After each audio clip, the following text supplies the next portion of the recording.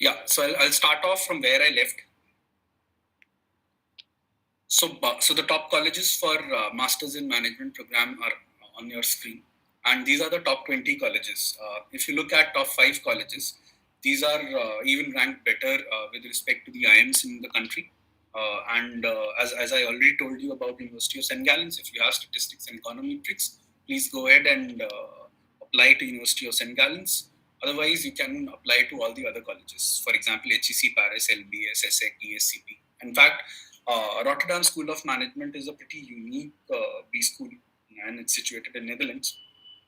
Yeah, one unique thing about it is that their program focuses on sustainability.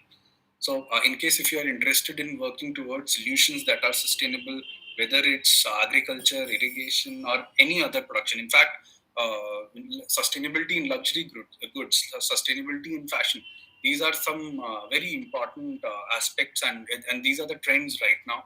So, if you are interested in sustainability or studying management, which is focused towards sustainability, I would strongly recommend that take up Rotterdam School of Management. It's a pretty interesting beast. So these are some colleges that are relevant, and important thing that I would like to highlight is that German B schools are not that highly ranked, but these are some very good B schools, and these are highly ranked inside Germany. And even if not, but the job opportunities, some of our students who have graduated from German B schools have secured jobs in big four firms like EY, big four auditing firms like EY and all, and they're doing well. So one important feedback is that as far as German B schools are concerned, don't go just by international ranking. Also look at their website and try and understand their standing inside Germany, because Germany as a country, as an economy, is a very strong country, and that is where you'll get a lot of opportunities to grow. Skip the MBA colleges. So, in case if you are planning to take up a master's, which is a MS program, a technical program, these are some top fields where you can kind of take up, whether it's engineering and technology or natural sciences. So, one important thing is that as far as mathematics is concerned, as far as statistics is concerned, natural sciences are picking up, and there's a huge demand of people with masters in statistics. In fact, PhD in statistics is also kind of gaining a lot of importance due to the popularity of data science. So data science as an entire field can be divided into multiple parts, which kind of at the core of that program is statistics, linear algebra, calculus, probability, and combinations and permutations. So all these things are relatively very important, and a lot of PhD candidates are involved in building next generation algorithms that are used in data science and all the other specific data related fields. So, in case if you're interested, you can take up natural sciences as well, and all the other fields are available. For example, arts and humanities, social sciences, and management. So, the big question: how to select the right fit college and university? Everybody says that choose the right college, choose the right career. So, number one step is to choose the right career. So, I've given you a starting point with respect to careers. Either you can figure out that what is it that you like, or you can figure out a starting point from the careers that I have mentioned. Now, the second step is to select the right fit college, and my focus would be on the right fit rather than the right college, because most of the students, what they do, they look up the rankings, they shortlist top 5, top 10 colleges and apply. That is not the right thing to do, because or even a top college might not be the right fit for you, and these schools abroad are specifically looking for the right fit college. For example, let's say you want to kind of work in marketing. Now, marketing in itself is a pretty wide field. There is performance marketing, there is strategy, there is branding and brand management. So a B school which is famous for performance marketing might not be the right fit for you with respect to branding. Let's say your profile is focused towards branding, so you will not be a right fit towards a B school, for a B school where you are focused, where they are focused on performance marketing, and so on and so forth. Same goes with finance. If you are interested in investment, if you are interested in banking, there are different institutes that are specialized in a certain specific area of a specialization. So choose your right fit. In fact, let's say somebody is interested in working on the supply chain of pharmaceutical industry. So it's not necessary that there is a specific professor who is working in that B school on these solutions that are of your area of interest. So choose accordingly. First, explore your interest, choose a career, and then find the right fit college, because that would increase your chance of getting selected to a college or a university. And this entire thing is fit for whether it's a B school, whether it's a MS program, whether it's an MIN program. This will fit in all. So choose the right fit. Now, how to do that? In front of you is a very simple number line. You can kind of call it a level 15. And what your current level is, whatever you have done, whatever you have studied till date, just for the sake of explanation, let's call it skill level 3. So the gap between these two skill levels is the skill gap that you need to fulfill. Now, there are two methods: whether you can work for a number of years and learn all these things, or you can get into a higher education program where they will teach you all these things in a specific and structured manner. So this is the skill gap that you need to fit. Now, for the fitment, first, the first list of colleges that you would make is based on the fitment, that what is the course curriculum of that college and what is your skill gap. So if the course curriculum is able to fill the skill gap, you should choose that college in the first list. Now, for the final selection, you need to understand that selection is a function of fitment, aspiration, profile, and your personal attributes. So we'll talk about profile and personal attributes later in the presentation. But first and foremost step is to find the right fitment. Once the fitment is done, then it's based on your profile and you can kind of further shortlist a university. And people kind of get bogged down with the overall process of applying to universities and colleges abroad. But let me tell you that if you choose the right college, half the work is already done. Because then, even if you have to kind of work through your applications and all, your chances of getting selected in that college or university will be higher. So, net, what is the admission process? It's divided into three parts, not necessarily sequential steps, but three parts. One is the standardized test score that, based on your choice, you will have to take. So, let's say if you are planning to take up a master's program and you are interested only in the technical side of it, or you want to choose an MS program, so go ahead and write a GRE. Let's say if you are dead sure that you have to get into a management program, go ahead and write GMAT. Let's say if you are confused between a master's program or a management program, and let's say you are an engineer in your pre-final year, you want to get done with your examination all, then you can kind of choose GRE, because GRE nowadays is accepted across the globe in more or less every program. There are certain few programs that will still ask for GMAT, but that is the reason you should first choose your career in college. So GMAT and GRE are there. A lot of colleges have waived off GMAT and GRE. It's officially written on their website that you don't need to write GMAT and GRE. But my recommendation to all of you, please go ahead and write GMAT and GRE, because this will add an advantage to your profile. Since a lot of students have not written it, you would be the one who has written it. And these scores do a very simple thing with your profile. They give the admission committee an opportunity to evaluate you on a standard platform. So, for example, let's say you are a pass out from CBSE school and you are studying in an engineering college. So, somebody sitting thousands of miles across will not be aware of what rigor is kind of there in your curriculum that you have just passed. So, how would your 70% or 80% in graduation compared to someone who is studying in US education system or some education system in Europe? So these test scores give them a level playing field, give them a standardized idea that where to benchmark you and where to evaluate you. This is the opportunity where you can benchmark yourself globally with respect to all the candidates. That is the reason, even after the waiver off, I request all the students to write GMAT and GRE. The other thing is academic performance. A lot of people kind of propagate this, that okay, academics are not that important and all that stuff. But let me tell you, academics are very, very important. And whether you are applying in Indian colleges, whether you are applying abroad, academics is something which will always be important and will be evaluated. So academics won't tell your intellect or anything. Academics would just tell you that if given an opportunity and a task, how well you will kind of execute it and what is the kind of effort you are used to putting in. So let's say if your academic performance is not that great, then the only thing that they will infer is that you have not worked hard in the past. So that is the reason academics are important. If you don't have that great academics, so don't get disheartened, because then in that case you can get an awesome GMAT or a GRE score, and work hard with respect to your profile.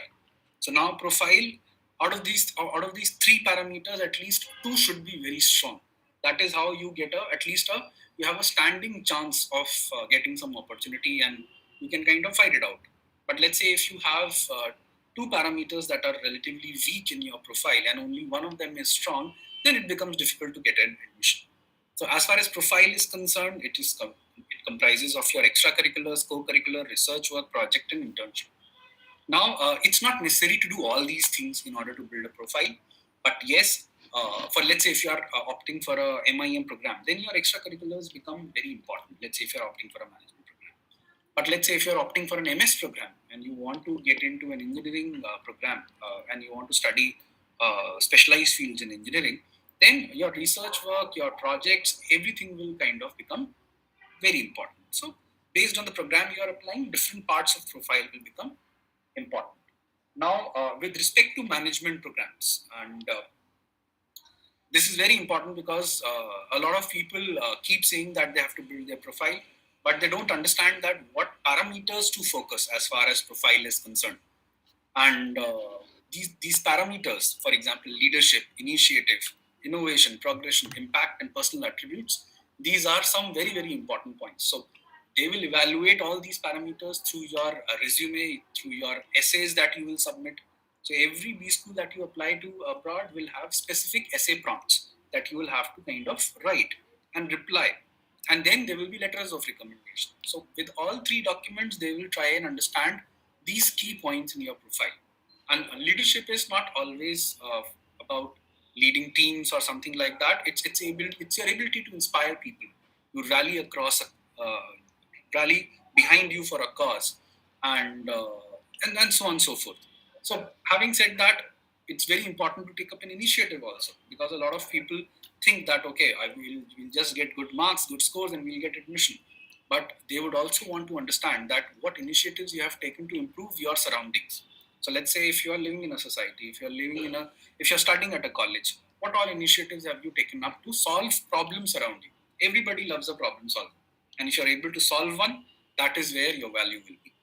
And then innovation is not necessarily doing something inside a laboratory or inventing something. It's about coming up with solutions and minimalistic resources. So let's say if you have to help someone and you don't have a lot of resources with respect to money and all, but you're still able to kind of gather the best of resources you have and help someone and solve a problem. That is where the innovation will be. And obviously progression. Now, this is a very, very important point, progression. A lot of students start doing projects and start building their profile just 5-6 months before the application deadline. And trust me, these application committee members who evaluate your application, they would clearly understand that you have done that particular activity in order to apply for the institute, build your profile, but you are not passionate about it. That is where they will discard that activity. So it's very important to do a particular activity for a couple of years, showcase progression, that how you have progressed in that activity, what value you have added, and then eventually showcase the impact. So for example, one of my students helped a class 4 employees in his entire society to open up bank accounts. So they were not literate. They didn't know how to open a bank account. So he helped everyone to open a bank account. He in fact went ahead and created a small video presentation to kind of showcase it to everyone, send it to every class 4 employee through their mobile phones and all, and help them to kind of open up those accounts. Now, he did it for a couple of years. Now, the impact was that he was able to help close to 700-800 people open up their bank accounts. And the eventual impact was that these people who didn't have any bank account were able to get benefit of central government subsidies by opening up the bank accounts. And so that was the impact. So progression is important, showcasing impact is important, and then your personal attributes. So personal attributes are very important for certain B schools like ISB. ISB will critically evaluate your personal attributes. So what is your perspective regarding a certain issue? So a lot of students kind of try to stay diplomatic in their applications and don't take a side or don't put up their perspective. So if you are someone who has a strong perspective about the issues going around you, these are your strong personal attributes, and that will be valued because having a perspective is more important than not having at all. And your extracurriculars. Let's say one fine day I take out all the education and everything. So what is it that you are left with? What is it that you are good at? What is it that you do out of your professional life and academic life? So these extracurricular activities are very important, and more importantly, how you have promoted diversity. So some key aspects that all the B schools and global or top global organizations are focusing uh, in 2020 post-pandemic is diversity, inclusion, and equity. So if you are able to showcase diversity, inclusion, and equity in your profile will be valued. They will see you as a leader who will be able to practice these things once you kind of graduate from a B school and get into a top position. And definitely your interest beyond work, because that actually tells you that who you are. So all these pointers are important for getting a personal aptitude. So now let's kind of evaluate a profile of a successful student who got into top schools, including ISB Hyderabad, and try and understand that what was special in the student's profile, and how the parameters that we just discussed were they also present in the resume of that student. So by looking at your resume, then you will be able to understand that whether you have these parameters or not. So if you look at the CGPA and the percentage of students, the student is pretty consistent. And the student has scored right from 9.2 CGPA in class 10 to 84% in BCom honors. Then you look at the GMAT score also. The GMAT score is 720. So the academics is consistent and the student has good academics. Then the student went ahead and took up an initiative and showcased leadership. Gathered all her friends across and kind of founded a modern jewelry brand. I'm not saying that you go ahead and you also do a startup, but do something which will showcase leadership and initiative. And then progression is also very important. So they started off a startup for in 2017, continued it till 2019 and 20, and showcased progression in that particular enterprise that they were doing, that what progress they have made. And then finally, the student was also interested in taking up an initiative. So student had a perspective regarding a certain problem in the society. So these parts are all important. Now let's look at the progression, professional progression. So if you look at the professional progression, that individual has grown from a research analyst to a business strategy analyst. So since all of you might not be working at the moment, so what you can do is you can showcase progression in any college activity that you have taken up. Let's say you are a member of IEEE and you had joined IEEE in first year. So how have you progressed? Have you taken up any position? Have you taken up any roles and responsibilities? If yes, then what have you done till date? And all those things. So and finally the impact. So delivered 140% growth in monthly sales. So these are some important things: the progression, the impact, and the growth. Obviously, extracurricular achievements are also important if you are planning to apply for a management program, and that will help you to showcase your interest. So again, leadership is there and all the activities that have been done as a part of extracurricular activities. So if you look at the overall profile, this is a profile which is aptly suited to get into a decent B school. Now, a lot of students kind of ask that, okay, we have to build profile. Now we understand that what is a profile, but how to build it? What activities to do? So there are n number of activities. Actually, there is no end of this list. I can go on and on for the activities that you can do for your profile development. But what you should focus is some central schemes, some state government schemes that are recognized globally. So let's say if you are working for Ministry of Finance, if you have got an internship with Ministry of Law and Justice, so that is something which will have a lot of value and which will carry a lot of weight because the validation will be there. Government validation is one of the biggest validations that you can kind of put up in your profile.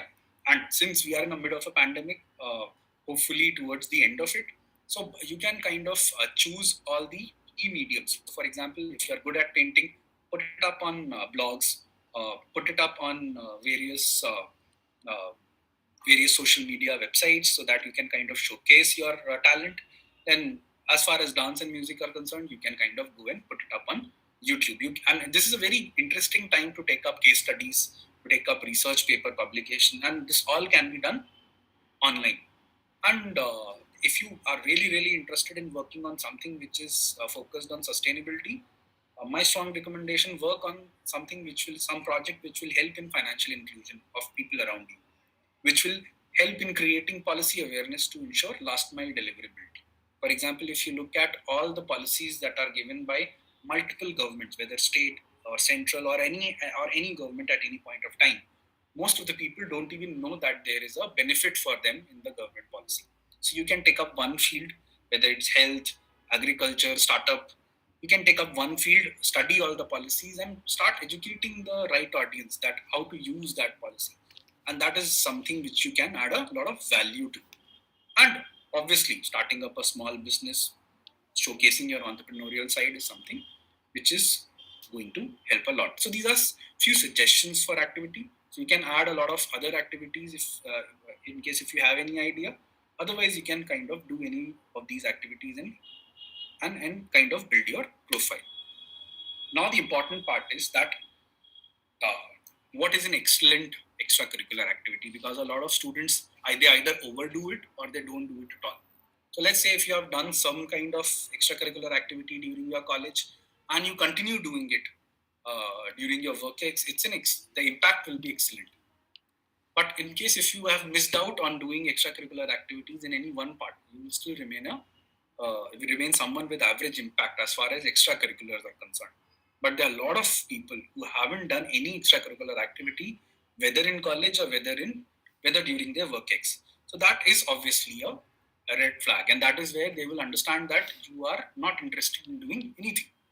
So, but these activities are exempted for people who are in a very who are in a profession that would require a lot of time. For example, consultants. If you look at consultants, they are working 15, 16 hours a day. You cannot expect anyone to do something in extracurriculars if they are working in a job which requires 15, 16 hours. And same is with the bankers and the sales professionals.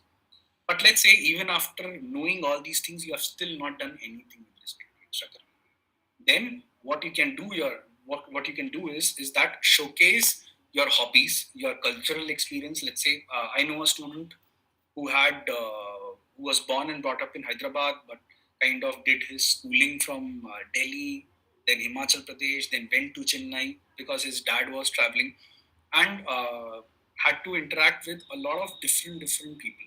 So there was a lot of cultural experience. There was a lot of experience that he had while traveling to different places. So he brought up that experience in place of extracurricular activity. You cannot call it extracurricular, but that is something unique. You can kind of bring it into your profile. Another one of my students who got selected into ISB last year was someone who had traveled to 25 countries till date. So his travel experience was something which was very interesting. Otherwise, he had only studied and no other extracurricular activities were there. But his travel experience was pretty rich. So you can bring in these activities in case there is no extracurricular activity in your profile. So now, what is a benchmark profile? What is an awesome profile?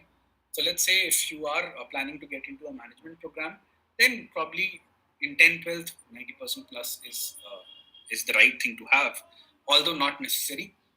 But this would be important if you are applying to some European countries like Germany. They would look at your 10, 12. But as far as US and all are concerned, they will not look at your 10, 12. They will only look at your graduation and post-graduation experience. So if you are planning to get into a management profile, try to maintain an 80% plus in graduation. And social work, national level accomplishments like sports, music, theatre, these things add a lot of value. And then obviously the co-curriculars. Co-curriculars are something which is related to the curriculum that you have studied. And as far as technology is concerned, as I said, your 10, 12 won't matter in your MS programs, but your ability to publish research papers, your ability to do high impact factor research, all these things will matter a lot. So this is a benchmark in order to give you an idea that what you have to achieve. But it's not necessary that you have to have this profile to get into a top school. People with even lesser profile as compared to the benchmark profile showcased on the screen, they are able to get admission. But this is just to give you an idea that what you have to aim for. Now, choosing the right exam based on your interest and work ex. So a lot of students kind of get confused that, okay, which exam to write. So let's say if you're, for example, if I'm not able to figure out that which exam to write and which exam to not write, then in that case, if you want to get into a management course and your profile is average, go ahead and write CAT, XAT, and GMAT. These are three important exams that you should write.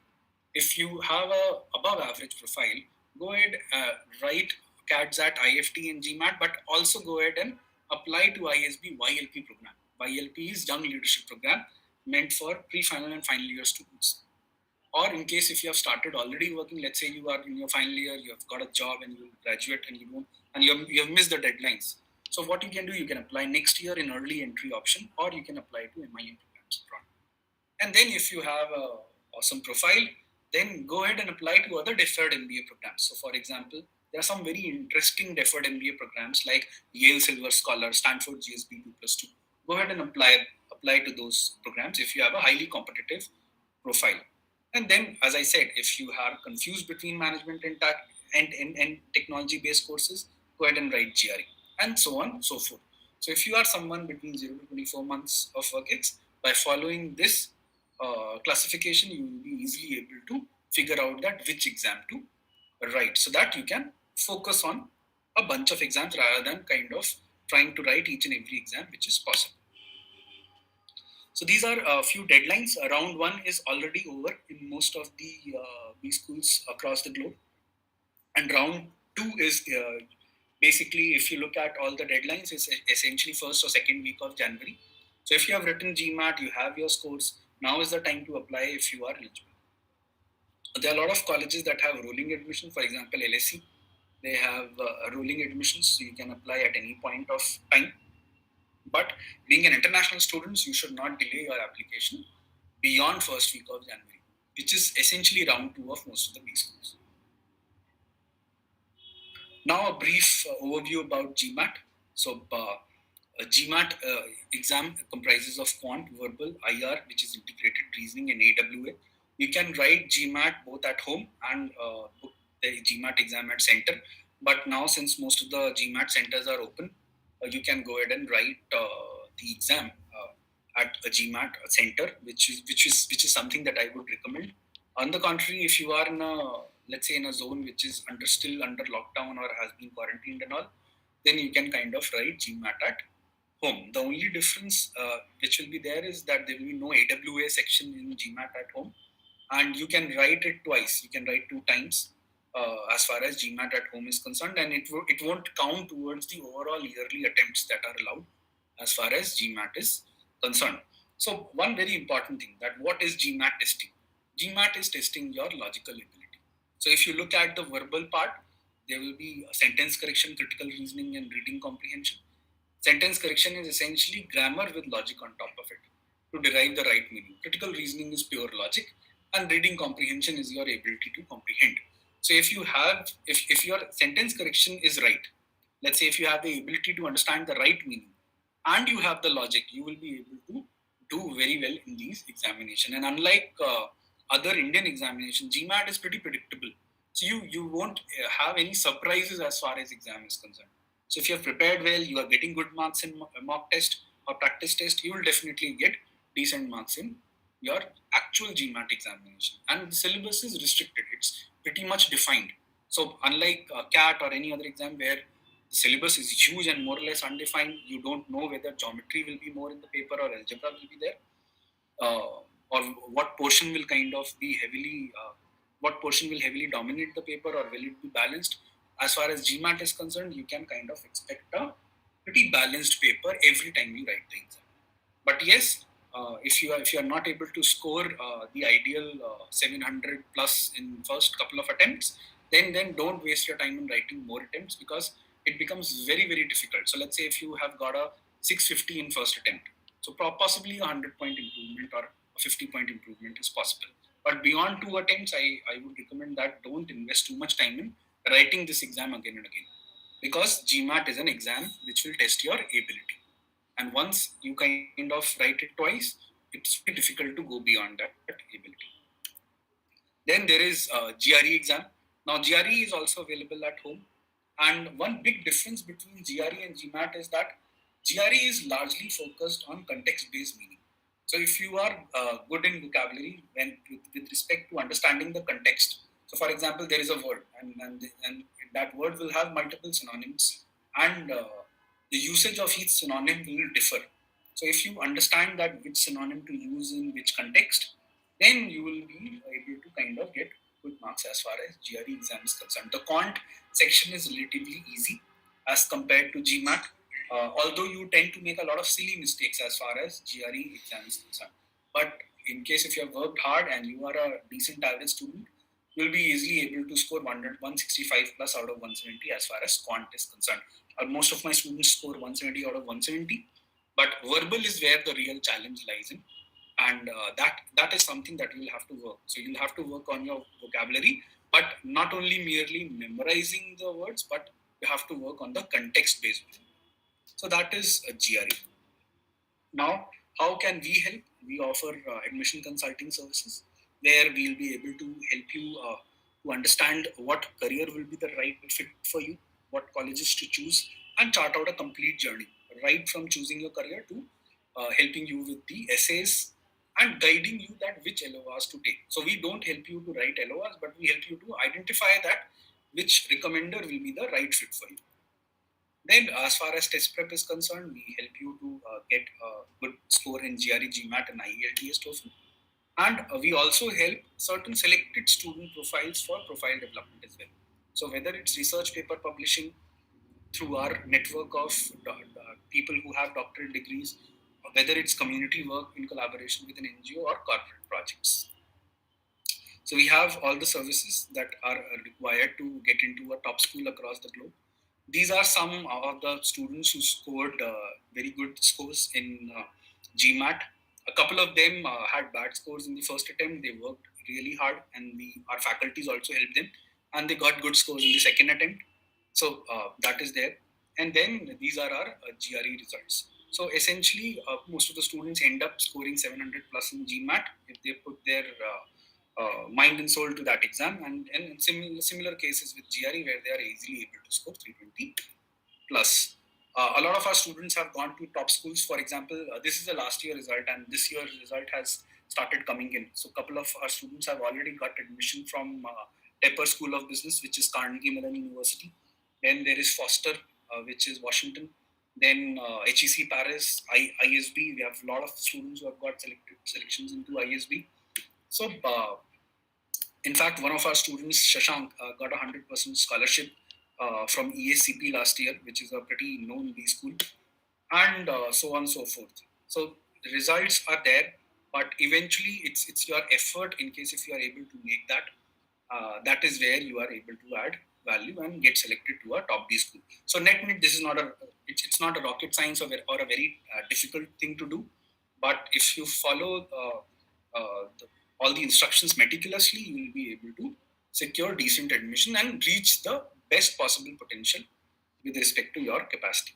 So that's it from my end. In case if you have any inquiries regarding ISB, MIM, MBA, or deferred MBA programs, feel free to get in touch with my colleagues Deepak, Durga, and Ankit, and they will be happy to help you with that.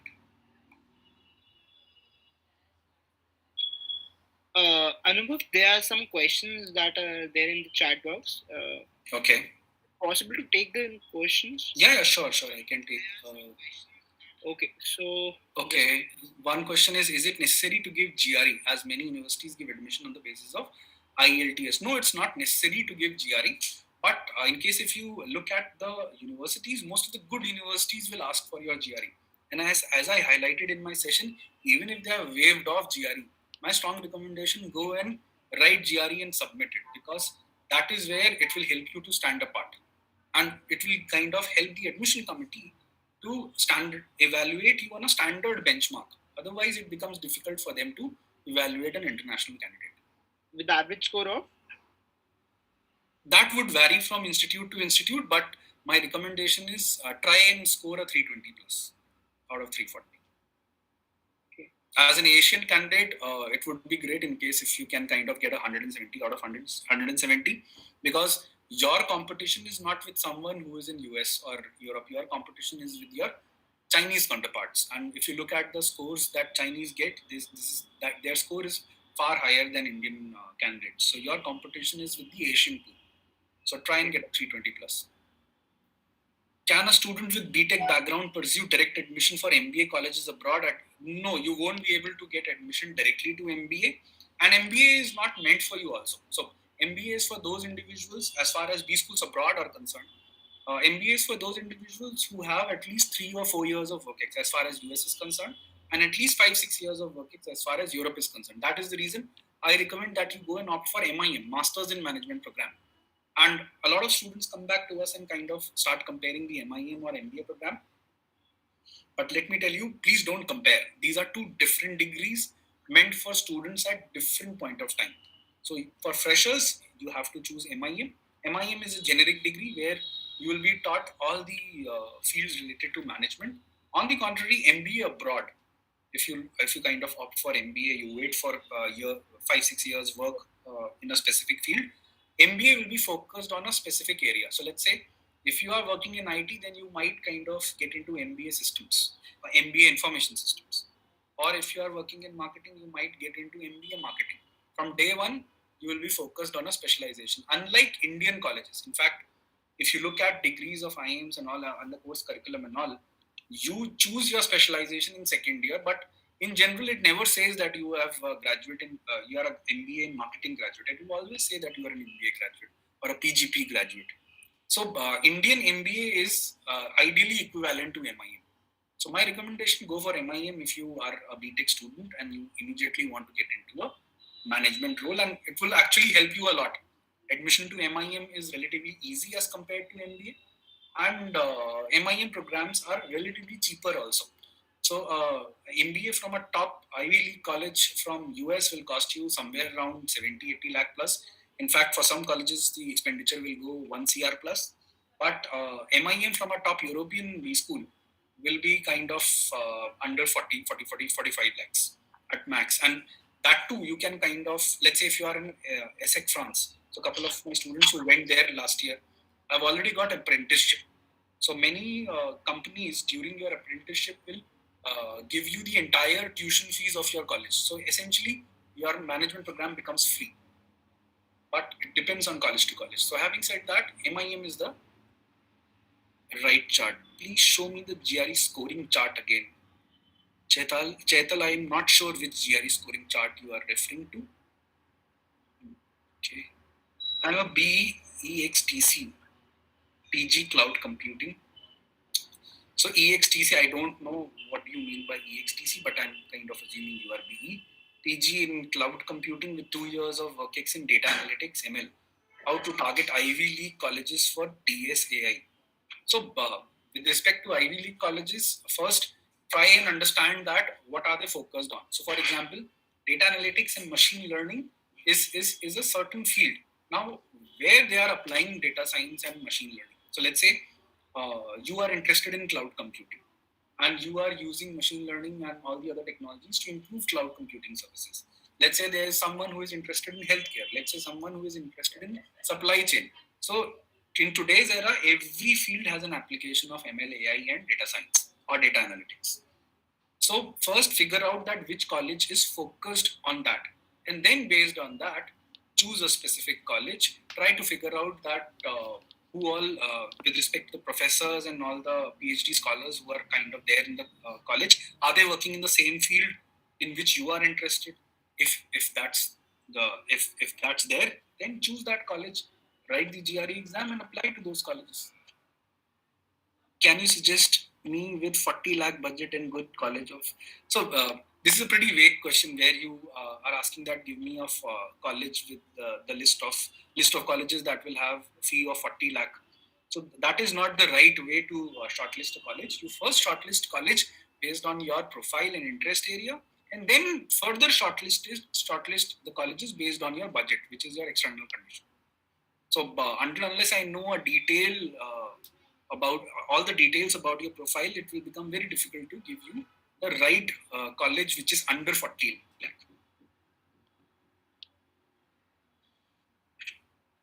So I'll send this presentation across. You can figure out which GRE information or which slide you are interested in. So there are some questions from YouTube as well. So yeah. You can kind of copy paste it here and I'll answer. Yeah, I'll just. Or you can kind of send me the YouTube link in the chat. I can just open it and read the comments. Yeah, I'll just send What are it. GRE subject test? Okay. So GRE subject test is essentially for those candidates who are either applying to top schools or are applying to PhD programs. So subject tests are not mandatory in each and every college until unless a college has specifically asked them. It's no, there is actually no need to write it right away. But let's say if you are applying to Princeton and you want to study mathematics, which is one of their top programs, then you will have to write a subject test in mathematics. So subject tests are usually conducted in pure sciences, but being an engineering student, I would recommend go ahead and write it in math, because if you are planning to take up research in engineering, it's highly likely that it is going to involve mathematics, and showcasing your ability in subject test is something which is going to help. If you are wondering that what syllabus will be there and all that, so you can go to ats.org. There is a sample paper of all the subject tests.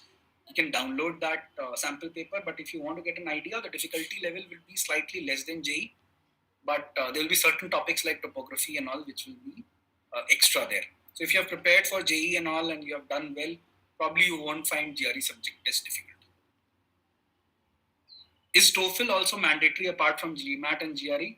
So TOEFL is not mandatory, but try and understand that GMAT and GRE are testing a different thing altogether. They are testing your logic and reasoning and your ability to kind of solve complex situation. But TOEFL is what TOEFL and IELTS are testing. They are testing your ability to understand English as a language, because your native language is not English.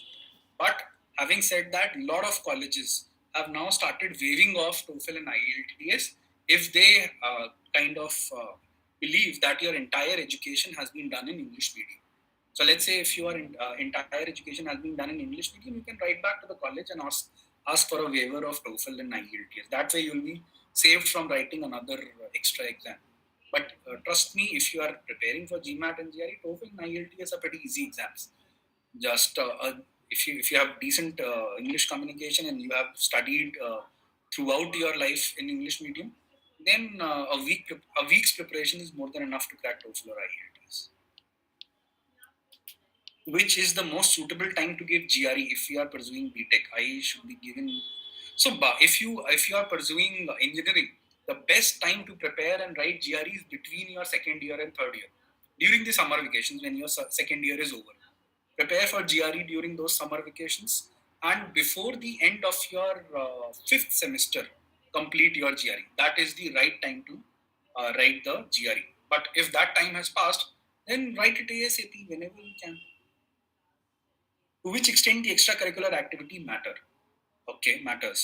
So extracurricular activities will matter a lot if you are planning to apply to a management program, because that will kind of tell them that what all you have done with respect to your profile.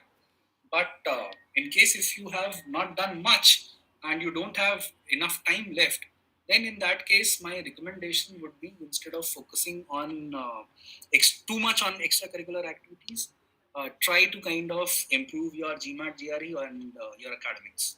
But if you have time, go ahead and kind of participate in all extracurricular activities. So let's say merely participating in a club or merely organizing an event is not something which is going to help, but actually creating an impact and working towards a specific goal for next couple of years is something which is going to help. Does Career Launcher help in only GRE GMAT? Does it also so we have all the services as I highlighted. We have GMAT, GRE, and we have admission consulting services. So we also help students in shortlisting university, and then we also help them to draft the right essays. So we are not going to write essays for you, but we are going to guide you to exact pointers that make you understand the essay prompts and make you understand that how your profile can be structured with respect to those essay prompts, so that we can get the best out of your profile, and definitely we help you in editing and all. So dates for GRE. Oh, there are no dates, my dear friend, for GMAT GRE forms. GMAT GRE can be taken up throughout the year. All you need is an Indian passport or a passport exactly, and you can kind of go to the website of mba.com for GMAT and ets.org for GRE and book your exam. Let me know if I can speak out my QT. I'm not sure what you are saying, Chetal. Feel free to type in your question. So, hello. Yeah, Chetan. Yeah, my question is that some universities are saying you can join the semester online and then you can come back once the everything is all right. So, shall I go ahead and do that? Because I feel So, a little skeptical so about it. that it's a very good question. In fact, a lot of my students who got selected were also in a similar dilemma. So my recommendation is that if it's a long-term program, let's say if it's a program where you are spending 2 years, 2 years or 2 year plus, then you can kind of spare one semester online. But let's say if it's a short-term 1 year program or a 15-month program or a 12-month program or 14-month program, then in that case you should not take up that online option, because the more time you spend inside the campus, the more time you spend in that specific country, building your network and everything, that is going to help. Management programs and studying abroad is all about having a different cultural experience. You won't get that experience online. So my recommendation, if it's a long-term program, you can afford to attend one semester online. But if it's a short-term program, anything which is less than 24 months, do not attend online. uh, Try to defer it and probably join the physical classes there. I'm even okay if you kind of go to that place and study online from there, because in that case you will be able to interact with some people. You will be able to look for internships and all, because Yes. eventually you would want a job. So Yeah. studying for a longer duration from India is something which I won't recommend, because you are paying a hefty fees. Why would you pay so much fees for an online program? Yes. Yes. Yes. So, connecting to this job question profile, like some people come back after their MS and they don't get job. So, is it necessary I should go to Ivy League or some mid-range You know, college? the first thing is that Ivy League in itself is a myth. So Ivy was a football league, which all colleges kind of came to be collectively known as Ivy League colleges. So first and foremost, it has no relation to the academic intellect. So more importantly, every program is unique, and you should figure out that which program is suitable to you. Now, coming to your question, that a lot of students come back.